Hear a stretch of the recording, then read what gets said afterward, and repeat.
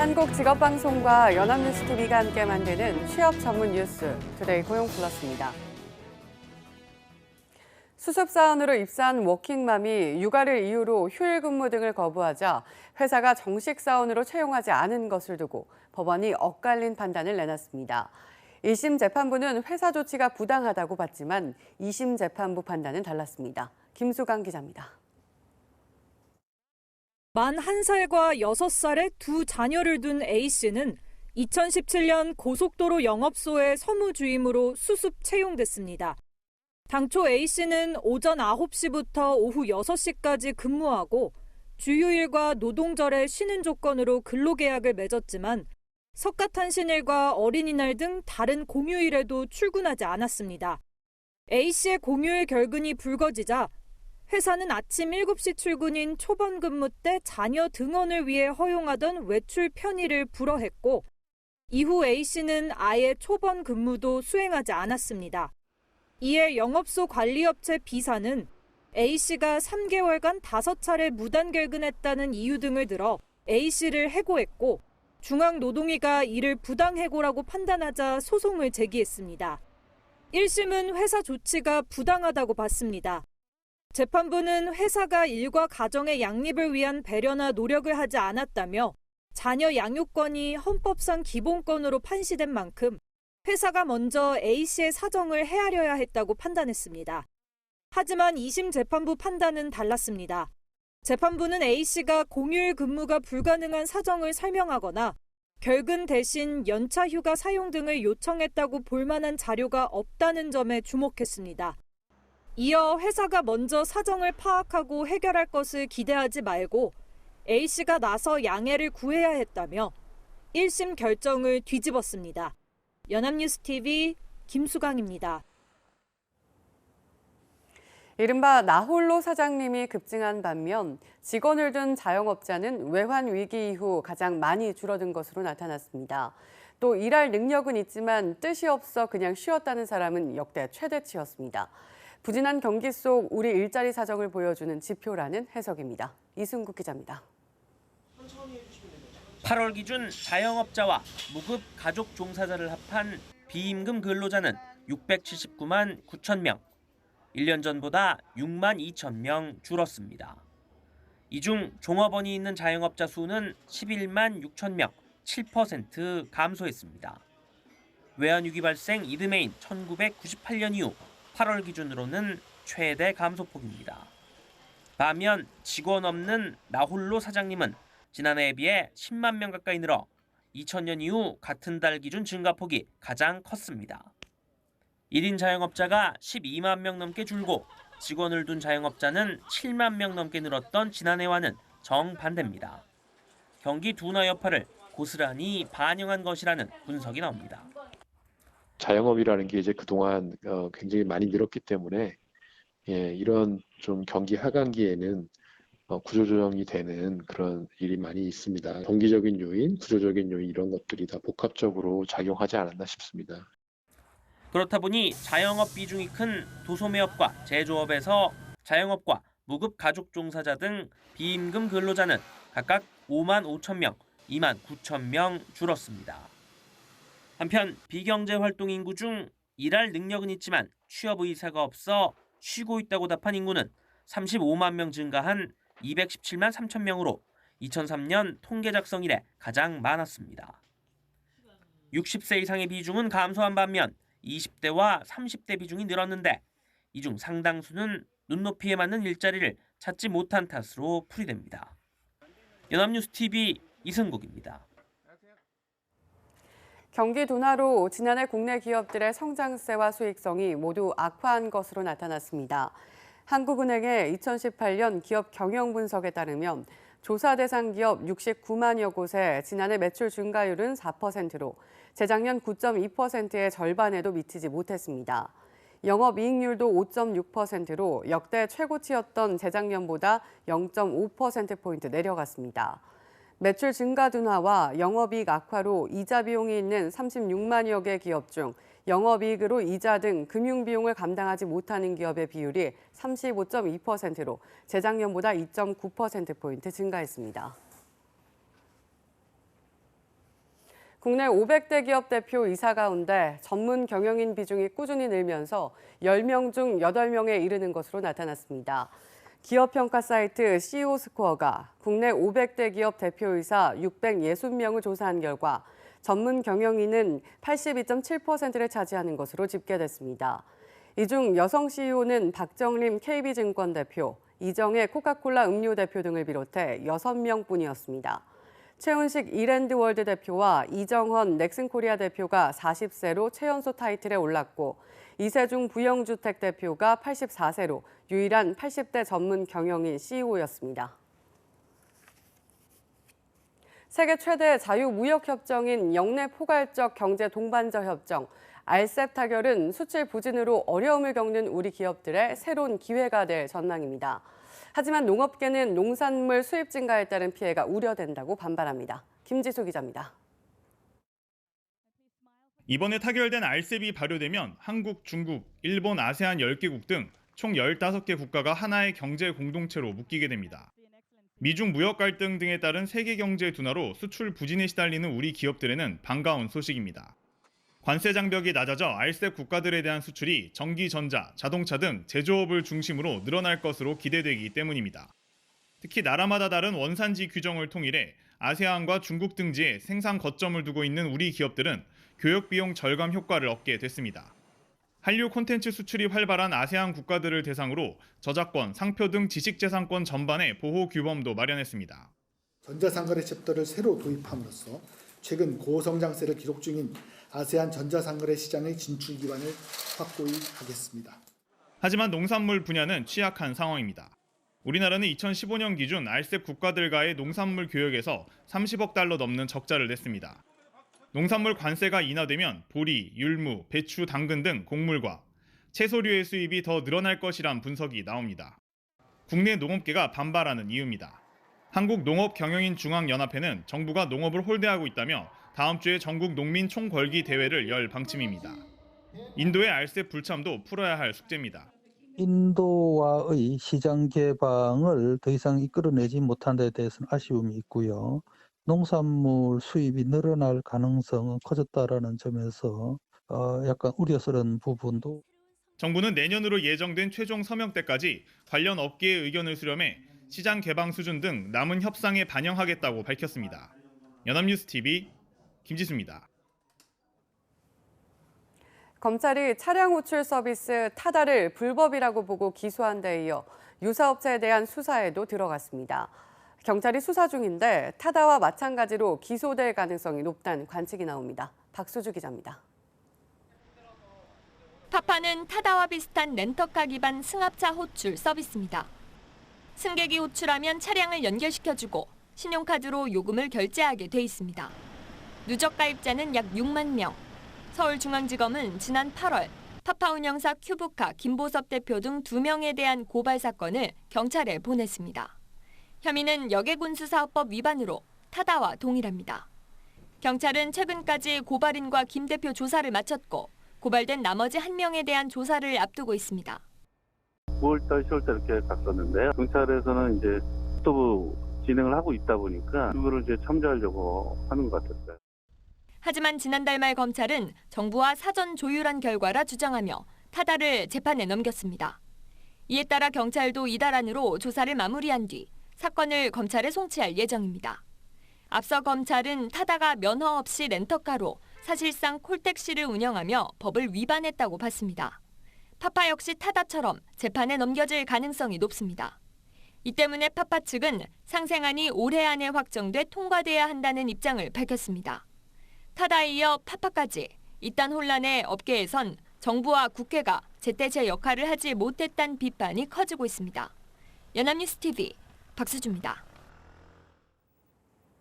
지금은 할인받아 통신비 부담 줄이려면 통신사의 IPTV나 인터넷을 포함한 통신 결합 상품에 가입한다든지 제휴카드를 써야 합니다. 그런데 최근 들어 적금만 들어도 통신 요금을 할인받을 수 있는 서비스가 속속 출시되고 있는데요. 소재영 기자가 그 내용을 알아봤습니다. KB국민은행은 최근 이동통신 사업에 직접 뛰어들었습니다. 은행이 느닷없이 통신 사업에 뛰어든 건 알뜰폰 사업을 위해서입니다. 적금이나 급여 이체 같은 해당 은행 상품을 이용하는 조건으로 통신요금을 대폭 할인받을 수 있습니다. 물론 해당 서비스 가입은 모바일 앱을 통해서만 가능합니다. 모바일 앱을 더 확산시켜 점포를 찾는 고객은 줄이고 각종 혜택으로 한 번 들어온 고객은 묶어두겠다는 겁니다. 이 은행처럼 직접 이동통신 사업을 하지는 않더라도 이런 이점을 노리고 금융사가 통신사와 협력해 알뜰폰 서비스를 내놓는 경우도 잇따르고 있습니다. KB 하나은행은 SK텔링크와 제휴해 자사의 금융 서비스를 이용하는 고객에게 알뜰폰 통신요금을 깎아줄 예정입니다. 교보생명도 13,000명에 달하는 자사 보험 설계사들을 대상으로 기존 통신요금의 절반 수준인 알뜰폰 서비스를 연내 도입합니다. 이어 서비스를 가입 고객들에까지 확대할 계획입니다. 통신사나 금융사는 데이터가 굉장히 많습니다. 양쪽 다 빅데이터를 보유하고 있고 그걸 통해서 새로운 산업을 만들어내기도 하고요. 통신과 금융뿐 아니라 앞으로 유통과 IT 등 다양한 분야에서 업종 간 경계를 넘나드는 서비스들은 속속 등장할 것으로 전망됩니다. 연합뉴스TV 소재형입니다. 정부가 미국의 블랙 프라이데이를 본떠 만든 국가적 세일 코리아 세일 페스타가 지난 1일 시작됐습니다. 그런데 아직 첫 주말만 지났다지만 행사는 온라인에서만 벌어지는 게 아닌가 싶을 정도로 온 오프라인 매장 간 열기와 매출이 극명하게 엇갈리고 있습니다. 이동훈 기자입니다. 한 온라인 쇼핑몰의 품목에 남은 할인 시간 카운트다운이 진행 중입니다. 할인 품목과 할인율이 매일 자정에 달라지기 때문입니다. 코리아 세일 페스타에 처음 참여한 유통의 새로운 대세, 온라인 쇼핑몰들은 이 같은 초특가 행사를 벌이고 있습니다. 이 쇼핑몰은 지난 1일부터 주말까지 총 810만 개 품목을 팔았는데 한 기저귀 제품은 이 기간만 10억 원어치가 팔렸습니다. 또 다른 쇼핑몰은 같은 기간 식당 할인권, 호텔 객실 이용권 등 30만 개 상품이 품절됐습니다. 온라인 쇼핑몰의 열기와 달리 오프라인 매장들은 대형마트 축산 코너를 빼면 열기를 느끼기 어렵습니다. 한 대형마트는 반값으로 판 한우 800마리분 고기가 첫 주말에 모두 팔렸고 다른 대형마트도 축산 매출이 작년 같은 기간의 2배였습니다. 반면 백화점들은 매출 증가세가 고작 2% 선에 그쳤고 그나마도 행사에 참여하지 않은 명품 덕이었습니다. 전문가들은 대부분 업체들이 코리아 세일 페스타 이름만 붙였을 뿐 파격적 할인이 없는 탓이라고 지적합니다. 위탁 판매 위주라 대폭 할인할 재고 자체가 많지 않다는 겁니다. 코리아 세일 페스트가 성공하려면 고객의 눈길을 끌 수 있는 대폭적인 세일 상품이 있어야 하는데요. 그렇지 못한 것 같습니다. 게다가 참여업체별로 행사 이름도 기간도 달라 코리아 세일 페스타가 미국의 블랙 프라이데이나 중국의 광군제 같은 행사로 자리 잡기에는 미흡하다는 지적도 나옵니다. 연합뉴스TV 이동훈입니다. 이제 우리 사회의 일부가 된 다문화 가정이 뚜렷하게 안정된 모습을 보이고 있습니다. 지난해 이혼 건수는 역대 최저였고 결혼 생활 기간은 10년 전에 비해 2배 이상으로 늘어났는데요. 정부의 여러 가지 다문화 정책들이 효과를 보고 있다는 분석이 나옵니다. 나지원 기자입니다. 지난해 다문화 가정 이혼 건수는 1,254쌍. 2008년 통계 작성 이래 가장 적은 숫자입니다. 이혼자들의 평균 결혼 생활 기간도 8년이 넘어 10년 전에 비해 2배 이상이 됐습니다. 비자 발급 기준을 강화하는 등 2011년부터 시행된 국제결혼 건전화 정책이 효과를 나타낸 것으로 해석됩니다. 한국어를 공부해서 들어와야 한다거나 여러 가지 이제 자격들을 강화하면서 결혼 지속 기간도 좀 늘어나고 그런 것들이 반영이 돼서 나오는 결과들이죠. 이혼과 달리 다문화 결혼은 재작년보다 8.5% 많은 23,700여 건, 2년째 늘어났습니다. 전체 결혼 중 다문화 결혼이 차지하는 비중도 2011년 이후 7년 만에 9%대를 회복해 100쌍 가운데 9쌍 이상이 다문화 혼인인 것으로 나타났습니다. 출신 국적별로는 외국인 아내의 경우 베트남 출신이 30%로 가장 많았고 남편의 경우 중국 출신이 9.2%로 가장 많았습니다. 한편 다문화 출생아는 18,000여 명으로 재작년보다 2% 줄었지만 전체 출생아 가운데 다문화 가정이 차지하는 비중은 5.5%로 역대 최고치를 기록했습니다. 연합뉴스TV 나재현입니다.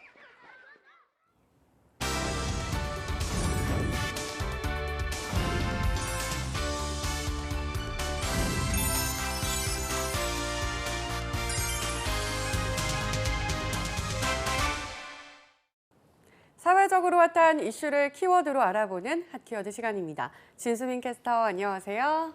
안녕하세요.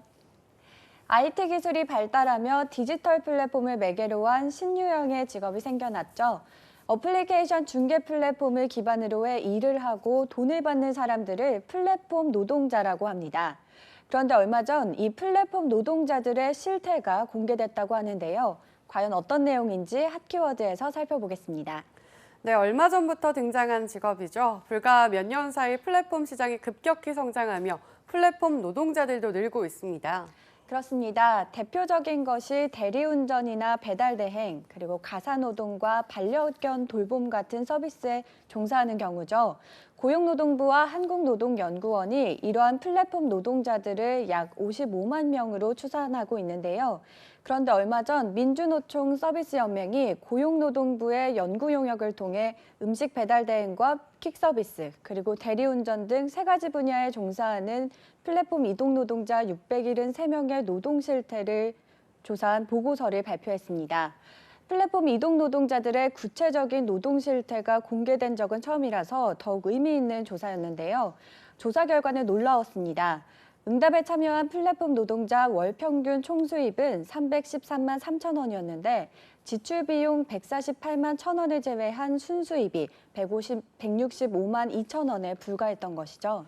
네, 총수입과 순수입이 2배 가까이 차이가 나네요. 이렇게 차이가 나는 이유는 뭘까요? 네, 이유를 살피기 위해선 우선 서비스별로 플랫폼 노동자들의 월 평균 수입을 살펴봐야 합니다. 서비스별로 비교해서 보면 월 평균 수입은 배달 서비스는 390만 원으로 가장 높은 수입을 벌었고 퀵 서비스는 321만 원, 대리운전은 259만 원을 받는 것으로 나타났는데요. 이 수입에서 업체 수수료와 프로그램비, 또 보험료와 이동료, 또 통신비와 오토바이 유지비 등을 제외한 순수입이 나옵니다. 그런데 이 비용들이 상당히 큰 비중을 차지했던 건데요. 퀵 서비스는 177만 7천 원, 배달 서비스는 151만 4천 원, 대리운전은 107만 9천 원의 비용으로 지출폭이 상당히 컸습니다. 네, 그러니까 수입의 절반 이상을 다시 일을 계속하기 위해 어쩔 수 없이 지출해야 하는 비용으로 썼다는 거군요. 지나치게 재반 비용이 높다는 생각이 드는데 이 때문에 순수입으로 남는 돈이 상당히 적게 느껴지는 것 같네요. 네, 그래서일까요? 일하는 만큼 버는 구조 탓인지 노동 시간도 상당히 길었습니다. 이동 노동자들은 주 6일 근무를 일반적으로 하는 것으로 나타났는데요. 한 달 평균 24.5일을 근무하고 일일 총 근무 시간도 13.7시간으로 상당히 길었습니다. 물론 순수하게 근무하는 시간은 9.7시간에 불과합니다. 하지만 업무를 위해 대기하고 준비, 또 이동하는 시간이 2.8시간, 식사 및 휴식 시간이 1.2시간이었는데요. 주말도 없이 일하는 경우도 많아서 토요일, 일요일 모두 근무한다는 답변이 35.3%에 달하는 것으로 나타났습니다. 네, 또 더욱이 퀵 서비스나 배달, 대리운전 모두 빠르게 도로를 달려야 하니 근무 시간 내내 위험에 노출되어 있잖아요. 그럼에도 불구하고 이렇게 근무 시간이 길면 업무 스트레스도 상당히 심할 것 같습니다. 네, 사실입니다. 더욱이 감정 노동에도 노출되어 있습니다. 노동자들의 절반 이상은 손님으로부터 폭언과 폭행, 인격무시와 같은 갑질을 경험한 것으로 나타났는데요. 경험 횟수는 28.4%가 월 5회 이상이 경험한 것으로 조사됐고 1회에서 3회 역시 50.8%로 과반이 넘는 이동 노동자가 한 달에 한 번 이상은 손님의 갑질에 시달리는 것으로 조사됐습니다. 네, 참 안타깝습니다. 문제는 이러한 이동 노동자들이 신유형의 특수 고용직이기 때문에 사회 안전망에서 더욱 떨어져 있다는 거잖아요. 네, 그렇습니다. 설문에 참여한 이동 노동자들의 4대 보험 가입률은 산업재해 보험 가입을 제외하고는 모두 현저히 낮았는데요. 산재보험 가입률은 15.2%, 고용보험의 8.1%, 국민연금 직장가입이 6.7%, 건강보험 직장가입이 6.3%에 불과했습니다. 뿐만 아니라 중개업체와 근로계약서 등을 작성하고 근무하는 이들은 전체 평균의 52.3%로 절반이 넘는 노동자들은 계약 없이 일하는 것으로 나타났는데요. 이 때문에 조사를 한 민주노총은 산재보험과 실업급여를 우선 적용하는 등 플랫폼 노동자들을 위한 사회 안전망 구축이 시급하다고 강조했습니다. 네, 플랫폼 노동자가 다른 노동자들에 비해 사회 안전망의 사각지대에 상대적으로 더 노출된 건 기존의 노동 형태와 다른 방식으로 일을 하고 있기 때문입니다. 하지만 그렇다고 이들의 열악한 노동 환경에 손 놓고 있을 수만은 없는 노릇입니다. 빠르게 진보하는 사회인 만큼 새롭게 등장하는 노동자들을 위한 대책 역시 보다 빠르게 나와야 할 것입니다. 지금까지 핫키워드 진수민 캐스터였습니다. 고맙습니다. 지금까지 투데이 고용 플러스였습니다. 오늘 저희가 준비한 내용은 여기까지입니다. 함께해 주신 여러분 고맙습니다.